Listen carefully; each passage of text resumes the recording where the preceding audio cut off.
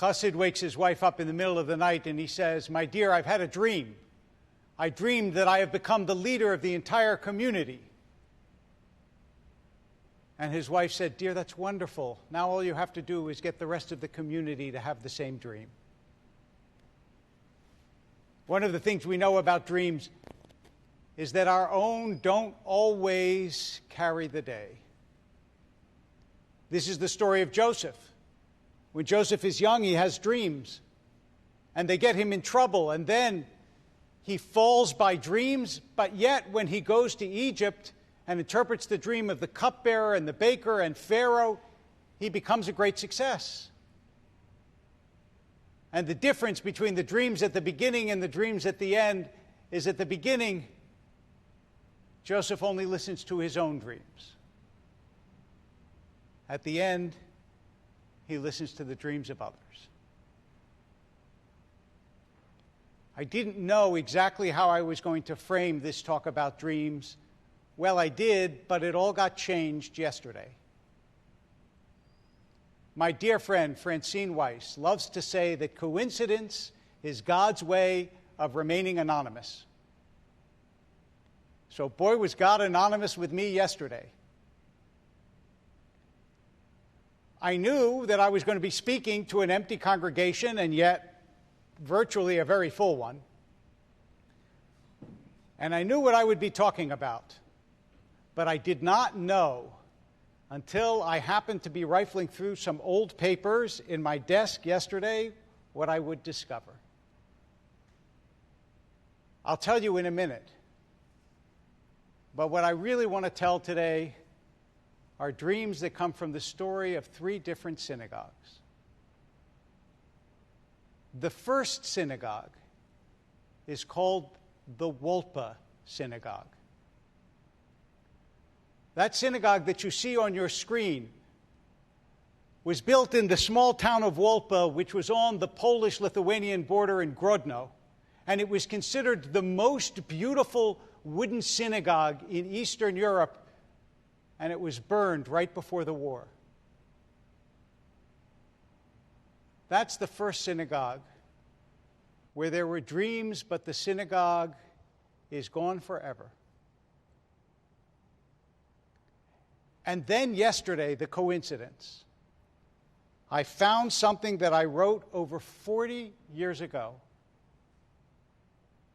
When I went for my freshman year at the University of Pennsylvania, that same year, my father's synagogue moved from 54th and Overbrook in Winfield out to Penn Valley, to Gladwin.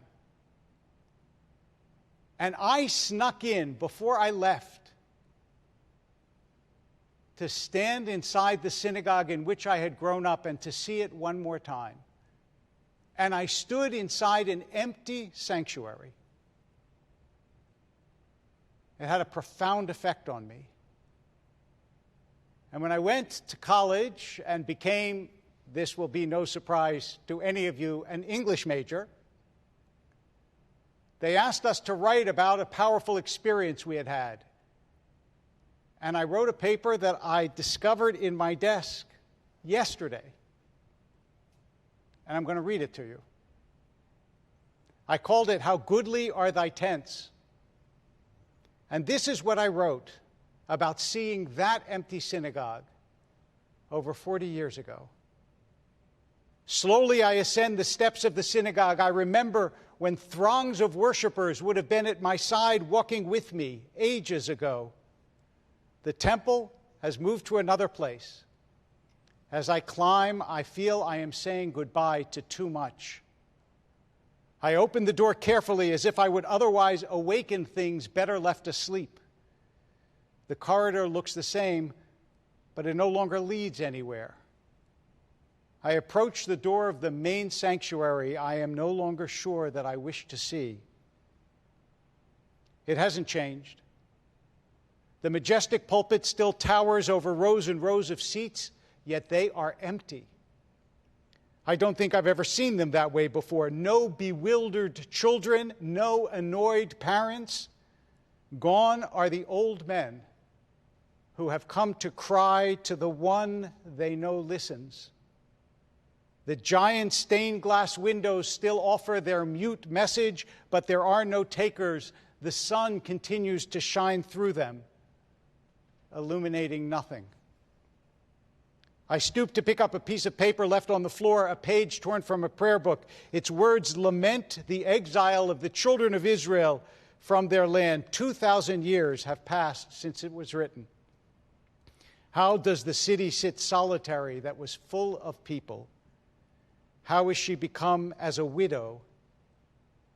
She that was great among nations and princess among provinces, how is she become a tributary? Gently, knowingly, I replace the paper. I approach the Aron Kodesh, the Holy Ark, where the Torah scrolls were once kept, where the curtain is open. All rise out of respect, and slowly I open the curtain. No one stands. No one sings. There is no reverence for emptiness. The holiest place in the synagogue, how is she become like a widow? Hurt and confused, I shut the curtain. I look out on the seat, standing where I stood when first I chanted the prayers before the congregation, years in preparation for that moment and all it meant. On that very spot, my father told me of his dreams and hopes for me. Now as I chant those same prayers, they echo and fly back to me hollow and taunting. Rushing towards the exit, I turned back for one last look. I hadn't noticed it before. The final tribute to the remoteness of the past. On the pulpit hangs the eternal light, the light that is to burn forever. It is out, and I leave. Outside, I take a deep breath of the present, and once again, the synagogue is empty, except for the piece of myself that I left behind.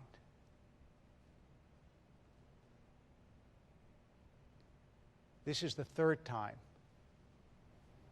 I have been in an empty synagogue. The first in my imagination in Wolpe that exists no more, and the second in the synagogue I grew up in that still exists but will never be a synagogue again. This is the one I have hope for.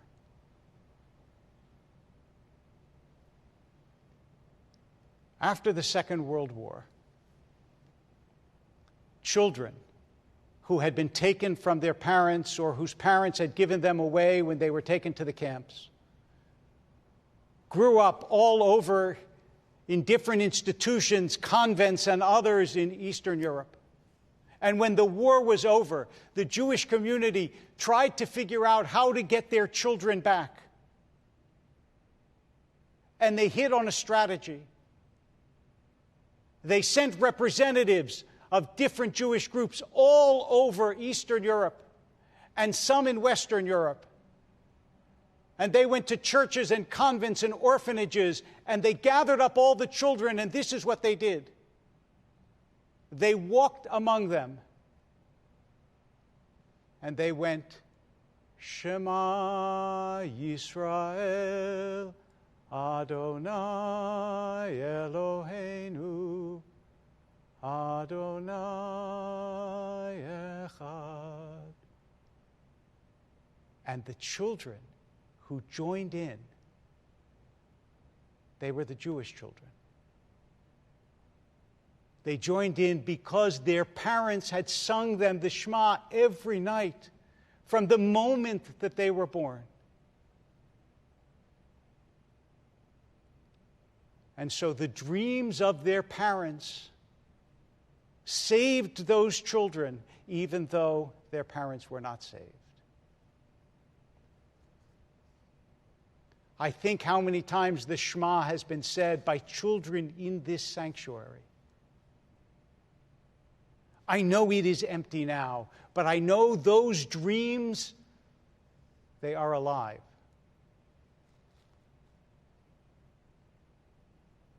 This has been a very difficult year for the world, for institutions, for individuals, but also This synagogue has lost hundreds of members and tremendous amounts of funding, millions of dollars. And when I would speak to the families, they would say to me, well, Rabbi, I'm going to take a year off. And I thought, I didn't say it, but I will say it now. I thought, you take a year off from tennis lessons. You take a year off from European trips. You don't take a year off from the dreams of your ancestors. You don't take a year off from those people who saw the Wolpe synagogue burn, who sang Shema to their children and then left them because they would not survive. You don't take a year off from thousands of years. We have gone through worse, and we never took a year off.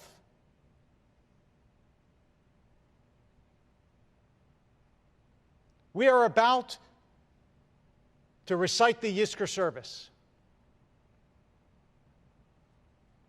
And you know what the Yizkor prayer, the traditional Yizkor prayer has in it? Ani nodev tzedakah, I give tzedakah in memory of my ancestors because of the values they cared about. Now, I know it will sound strange to some of you, although not to others, that we would ask for tzedakah for the synagogue on Yom Kippur or a pledge to the synagogue on Yom Kippur.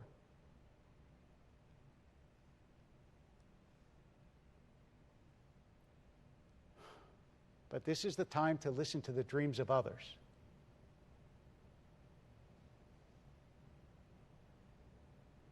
This is where we educate children. This is where we fill the sanctuary. And on this strange and terrible year, when the sanctuary is empty, let us not allow that light to go out.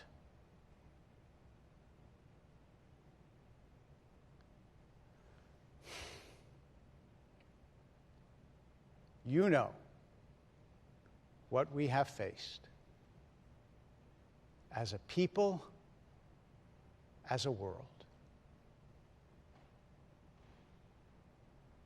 But I say to you, in the midst of an empty sanctuary,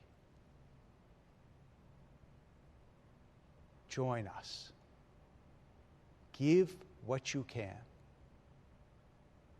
Don't believe that empty sanctuaries cannot happen in our history. Don't believe that Judaism can survive without you. Help us. Help us keep the Ner Tamid alight until that day when once again this place will be filled with the voices of parents and grandparents and children. And we will say once more with our hearts and with our hope, Matovu ohalecha Yaakov mishkanotecha Yisrael. How wonderful are your tents, O Jacob, your dwelling places, O Israel.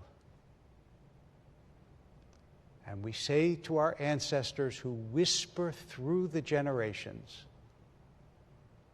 we are still here. We did not forget.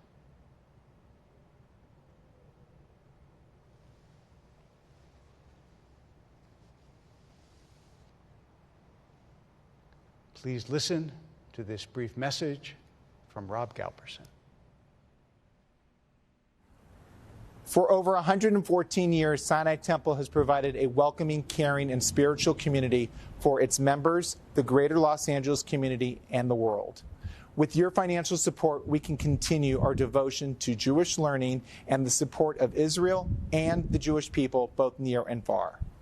At this time, we ask you to text Sinai20 to the number below or visit our website at sinaitemple.org/donate to make your gift today. This year, more than ever, Sinai Temple needs your help to ensure that all of our hard work and dedication to this community will continue, Lador Vador, from generation to generation.